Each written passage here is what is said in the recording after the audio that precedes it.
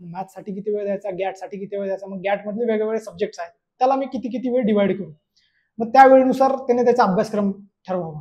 मग त्याच्यामध्ये तुमचा टॉपिक अंडरस्टँडिंग असो, त्यांची कन्सेप्ट अंडरस्टँडिंग असो, आणि मग त्याच्यावरचे क्वेश्चन सॉल्व्ह करून घेणं, मॉक टेस्ट सॉल्व्ह करणं, त्याच्यावर चॅप्टर टेस्ट असतात छोट्या छोट्या त्या सॉल्व्ह करणं, त्याच्यावरच्या फुल टेस्ट असतात त्या सॉल्व्ह करणं, की तुमचा कन्सेप्ट पासून क्वेश्चन पर्यंत पूर्णपणे अभ्यास त्या टॉपिकवरचा रेडी होऊ शकतो. असं जर प्रॉपरली त्याने अनालिसिस करून मग त्याच्यावरचा वेळ जर मॅनेज केला तर हा जो पूर्ण प्लॅनिंग जे आहे त्याचं हे पूर्ण रिझल्ट ओरिएंटेड असू शकतं, की सप्टेंबरच्या अटेम्प्टसाठी तो विद्यार्थी अगदी कम्प्लिटली रेडी होऊ शकतो. की ज्याने सांगितलं की 900 मार्कांचा पेपर आहे आणि त्याच्यात 300 मॅथमॅटिक्स आणि 600 गॅट आहे, तर दोन्हीचं जर तुम्ही अनालाइज केलं तर 350च्या आसपास कट ऑफ लागतोय 900 पैकी.